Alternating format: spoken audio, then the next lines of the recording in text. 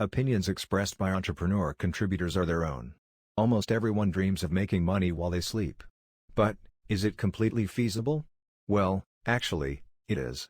If you want to be financially free and live life on your terms, making money while you sleep should be top of mind. But, how? While some methods require upfront work to create passive income, others get the money you already have to increase automatically as you sleep. And, yes, sometimes you can actually get paid while sleeping. So, without further ado, let's explore the top 10 side hustles that make you money while you sleep. Related, top 11 side hustle income ideas to make six figures online. 1. Start a blog. Yes, you can make money from blogging. But, you aren't going to earn a passive income until you put in a lot of work.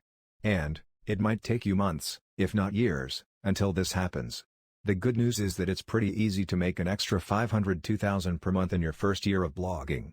Additionally, you can significantly increase your monthly blog revenue in years 2, 3, 4, and 5.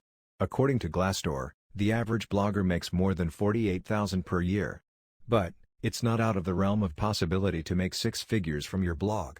A blogger's passive income may consist of display advertising. The ads are run through networks like AdSense, and you get paid for each impression, click, or sale generated from your site. Affiliate marketing.